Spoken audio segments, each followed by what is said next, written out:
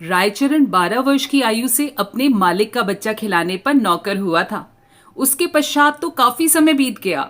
नन्हा बच्चा रायचरण की गोद से निकलकर स्कूल में प्रविष्ट हुआ और स्कूल से कॉलेज में पहुंचा, फिर एक सरकारी स्थान पर लग गया। किंतु रायचरण अब भी बच्चा खिलाता था और यह बच्चा उसकी गोद के पाले हुए अनुकूल बाबू का पुत्र था। बच्चा घुटनों के बल चलकर बाहर निकल जाता। जब रायचरण दौड़कर उसको पकड़ता तो वो रोता और अपने नन्हे नन्हे हाथों से रायचरण को मारता।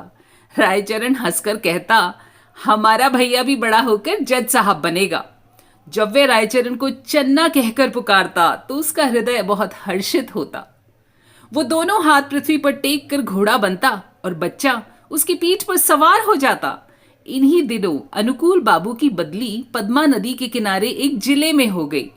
नए स्थान की ओर जाते हुए कलकत्ते से उन्होंने अपने बच्चे के लिए मूल्यवान आभूषण और कपड़ों के अतिरिक्त एक छोटी सी सुंदर सी गाड़ी भी खरीदी। वर्षा ऋतु थी। कई दिनों से मूसलाधार वर्षा होए जा रही थी। ईश्वर ईश्वर करते हुए बादल फटे। संध्या का समय था। बच्चे ने बाहर जाने के लिए आग्रह किया। बच्चे की जिद। रायचरण उसे गाड़ी में बिठाकर बाहर ले गया। खेतों में पानी खूब भरा हुआ था। बच्चे ने फूलों का गुच्छा देखकर जिद की। रायचरण ने उसे बहलाना भी चाहा, किंतु वो बच्चा न माना। विवश होकर रायचरण बच्चे का मन रखने के लिए घुटनों घुटनों पानी में फूल तोड़ने लगा। कई स्थानों पर उसके पांव कीचड़ में बुरी तरह धंस गए। बच्चा तनिक देर मौन गाड़ी में बैठा रहा, फिर उसका ध्यान लहराती हुई नदी की ओर गया। वो चुपके से गाड़ी से उतरा। पास ही एक लकड़ी पड़ी थी, उठा ली और भयानक नदी के तट पर पहुंचकर उसकी लहरों से खेलने लगा। नदी के शोर में ऐसा मालूम होता था कि नदी की चंचल और मुंह जोर जल परियां सुंदर बच्चे को अपने साथ खेलने के लिए बुला रही हैं। रायचरण फूल लेकर जब वापस आया तो देखा गाड़ी खाली है। उसने इधर उधर देखा, पैरों के नीचे से धरती ही निकल पड़ी। पागलों की भांति चारों ओर देखने लगा। वो बार बार बच्चे का नाम लेकर पुकारता था, लेकिन उत्तर में चन्ना की मधुर ध्वनि न आती थी। चारों ओर अंधेरा छा गया। बच्चे की माता को चिंता होने लगी। उसने चारों ओर आदमी दौड़ाए। कुछ व्यक्ति लालटेन लिए हुए नदी के किनारे खोज करने पहुंचे। रायचरण उन्हें देखकर उनके चरणों में गिर पड़ा। उन्होंने उससे प्रश्न करना आरंभ किया, किंतु वो प्रत्येक प्रश्न के उत्तर में सिर्फ यही कहता, मुझे कुछ मालूम नहीं, मुझे कुछ मालूम नहीं। यद्यपि प्रत्येक व्यक्ति की यह सम्मति थी कि छोटे बच्चे को पद्मा नदी ने अपने आंचल में छिपा लिया है, किंतु फिर भी हृदय में विभिन्न प्रकार की शंकाएं उत्पन्न हो रही थी। एक ये कि उसी संध्या को निर्वासितों का एक समूह नगर से गया था और मां को संदेह था कि रायचरण ने कहीं बच्चे को निर्वासित के हाथों न बेच दिया हो। वह रायचरण को अलग ले गई और उससे विनती करते हुए कहने लगी, रायचरण, तुम मुझसे जितना रुपया चाहो ले लो, किंतु परमात्मा के लिए मेरी दशा पर तरस खाकर मेरा बच्चा मुझको वापस कर दो। परंतु रायचरण कुछ उत्तर न दे सका, केवल माथे पर हाथ मारकर मौन हो गया। स्वामिनी ने क्रोध और आवेश की दशा में उसको घर से बाहर निकाल दिया। अनुकूल बाबू ने अपनी पत्नी को बहुत समझाया, लेकिन माता के हृदय से शंकाएं दूर न हुई। वह बराबर यही कहती रही कि मेरा बच्चा सोने के आभूषण पहने हुए था, अवश्य इसने। रायचरण अपने गांव वापस चला गया। उसे कोई संतान न हुई, ना ही कोई संतान थी और ना ही होने की संभावना थी। किंतु साल भर की समाप्ति पर ही उसके घर पुत्र ने जन्म लिया, लेकिन पत्नी सूतिका गृह में ही मर गई। घर में एक विधवा बहन थी। उसने बच्चे के पालन पोषण का भार अपने ऊपर लिया। जब बच्चा घुटनों के बल चलने लगा, वे घर वालों की नजर बचाकर बाहर निकल जाता। रायचरण जब उसे दौड़कर पकड़ता तो वो चंचलता से उसको मारता। उस समय रायचरण के नेत्रों के सामने उस नन्हे मालिक की सूरत फिर आ जाती जो पद्मा नदी की लहरों में लुप्त हो गया था। बच्चे की जुबान खुली तो वह अपने बाप को बाबा और बुआ को मामा इस ढंग से कहता था जिस ढंग से रायचरण का नन्हा मालिक बोलता था। रायचरण उसकी आवाज से चौंक जाता। उसे पूर्ण विश्वास था कि उसके मालिक ने उसके घर में जन्म लिया है। इस विचार को निर्धारित करने के लिए उसके पास 3 ठोस प्रमाण थे।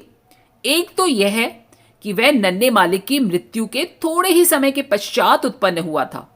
दूसरे यह है कि उसकी पत्नी वृद्ध हो चुकी थी और संतान उत्पत्ति की कोई आशा भी न थी, लेकिन फिर भी संतान हो गई। तीसरे यह है कि बच्चे के बोलने का ढंग और उसकी संपूर्ण भाव भंगिमाएं नन्हे मालिक से मिलती जुलती थी। वो हर समय बच्चे की देखभाल में संलग्न रहता। उसे भय था कि उसका नन्हा मालिक फिर कहीं गायब न हो जाए।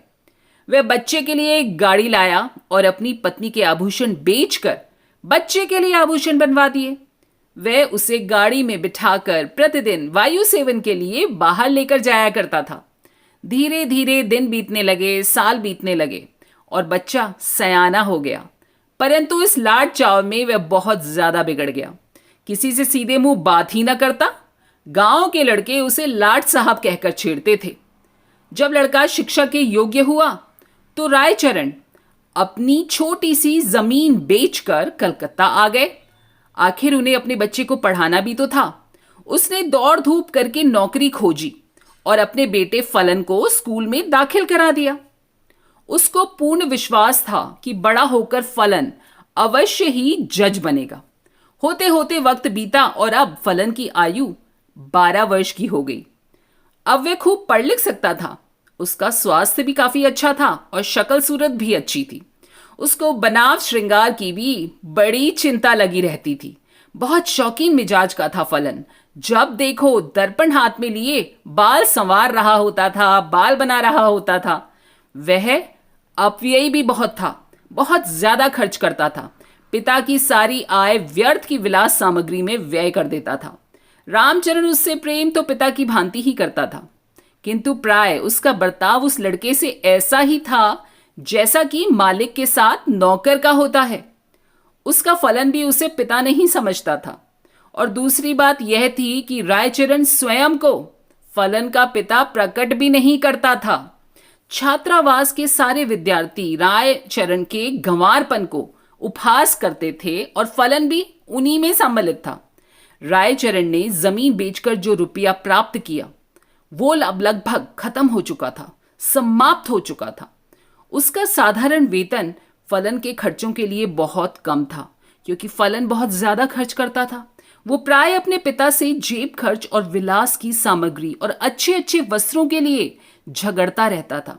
आखिर एक दिन एक युक्ति रायचरण के मस्तिष्क में आई और उसने नौकरी छोड़ दी और उसके पास जो कुछ भी शेष रुपया था उसने फलन को सौंपा और फलन को वो रुपया सौंपकर बोला, फलन, मैं एक आवश्यक काम से बाहर जा रहा हूं, बहुत जल्दी ही वापस आ जाऊंगा, तुम किसी बात से घबराना नहीं।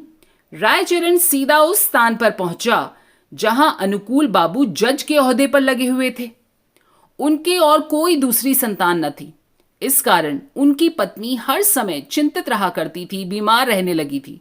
अनुकूल बाबू कचहरी से वापस आकर कुर्सी पर बैठे हुए थे और उनकी पत्नी संतान उत्पत्ति के लिए बाजारू दवा बेचने वाले से कुछ जड़ी बूटियां खरीद रही थी। तभी काफी दिनों के पश्चात वो अपने वृद्ध नौकर रायचरण को देखकर काफी आश्चर्यचकित हो गए। पुरानी सेवाओं को याद करके, विचार करके उसको रायचरण पर तरस आ गया और उसने पूछा, क्या तुम फिर नौकरी करना चाहते हो? रायचरण ने मुस्कुराकर जवाब दिया, नहीं, मैं अपनी मालकिन के चरण छूना चाहता हूं। अनुकूल बाबू ये बातें सुनकर और रायचरण की आवाज पहचान कर कमरे से बाहर निकल आए। रायचरण की शक्ल देखकर उनके कलेजे का जख्म ताजा हो गया और उन्होंने मुंह फेर लिया। रायचरण ने अनुकूल बाबू को संबोधित करके कहा, सरकार, आपके बच्चे को पद्मा ने नहीं बल्कि मैंने चुराया था। अनुकूल बाबू ने आश्चर्य से कहा, तुम ये क्या कह रहे हो? क्या मेरा बच्चा वास्तव में जिंदा है? उसकी पत्नी ने उछल कर कहा, भगवान के लिए बताओ, भगवान के लिए बता दो, तुम्हें मेरी ममता का वास्ता, मेरा बच्चा कहाँ है? रायचरण ने कहा, आप संतोष रखें, आपका बच्चा इस समय भी मेरे पास है। अनुकूल बाबू की पत्नी ने रायचरण से अत्यधिक विनती करते हुए कहा, मुझे बताओ, मुझे बताओ मेरा बच्चा कहाँ है? तब रायचरण ने उनसे कहा, मैं उसे परसों ले आऊंगा। रविवार का दिन था। जज साहब अपने मकान में बेचैनी से रायचरण की प्रतीक्षा कर रहे थे। कभी वो कमरे में इधर उधर टहलने लगते और कभी थोड़े समय के लिए अपनी आराम कुर्सी पर बैठ जाते। आखिर 10 बजे के लगभग रामचरण ने फलन का हाथ पकड़े हुए कमरे में प्रवेश किया। अनुकूल बाबू की घरवाली फलन को देखते ही दीवानों की भांति उसकी ओर लपकी और उसे बड़े जोर से अपने गले से लगा लिया। उनके नेत्रों से अश्रुओं का समुंदर उमड़ रहा था। कभी वह उसको प्यार करती, कभी आश्चर्य से उसे देखती, कभी उसकी सूरत को ताकने लग जाती। फलन सुंदर तो था और उसके कपड़े भी अच्छे थे। अनुकूल बाबू के हृदय में भी पुत्र प्रेम का आवेश उत्पन्न हुआ, किंतु जरा सी देर के बाद उनके पितृ प्रेम का स्थान कानून भावना ने ले लिया और उन्होंने रायचरण से पूछा, भला इसका प्रमाण क्या है कि ये बच्चा मेरा है? तब रायचरण ने उत्तर दिया, इसका उत्तर मैं क्या दूं सरकार, इस बात का ज्ञान तो परमात्मा के सिवाय और किसी को हो ही नहीं सकता। आप ही सोचिए, मैंने ही आपका बच्चा चुराया था। जब अनुकूल बाबू ने देखा कि उनकी पत्नी फलन को कलेजे से लगाए हुए है तो प्रमाण मांगना बेकार हो गया। इसके अतिरिक्त उन्हें ध्यान आया कि इस गंवार को ऐसा सुंदर बच्चा कहां से मिल सकता था और झूठ बोलने से इसे क्या लाभ होगा।